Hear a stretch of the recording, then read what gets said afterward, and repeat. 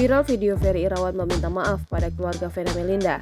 Pada mulanya video permintaan maaf itu dikirimkan Ferry Irawan setelah Vena Melinda melaporkan kekerasan dalam rumah tangga ke Mapolda Jawa Timur Minggu 8 Januari 2023. Ferry Irawan mengirimkan video permintaan maaf sembari menangis kepada anak Vena Melinda, Verel Bramasta dan Atala Naufal. Video tersebut sempat dibahas ketika keduanya menjadi bintang tamu di YouTube Curhat Bang Denny Sumargo pada Senin 16 Januari 2023. Setelah diunggah dalam podcast video YouTube milik Denny Sumargo, video Ferry Irawan mendadak viral.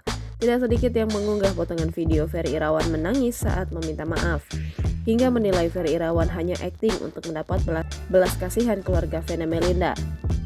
Pun warganet menyoroti air mata Ferry Irawan yang tak keluar ketika menangis.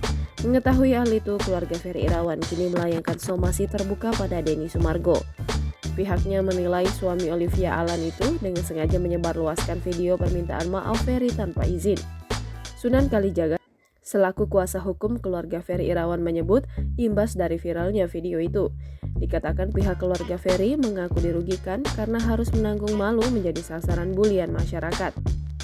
Untuk itu pihak keluarga mensomasi terbuka Denny Sumargo selaku pemilik akun YouTube, sekaligus menuntut permohonan maaf Denny Sumargo kepada keluarga Ferry Irawan. Pihaknya menuntut maaf dalam 3x24 jam pada aktor yang dijuluki pebasket sombong itu.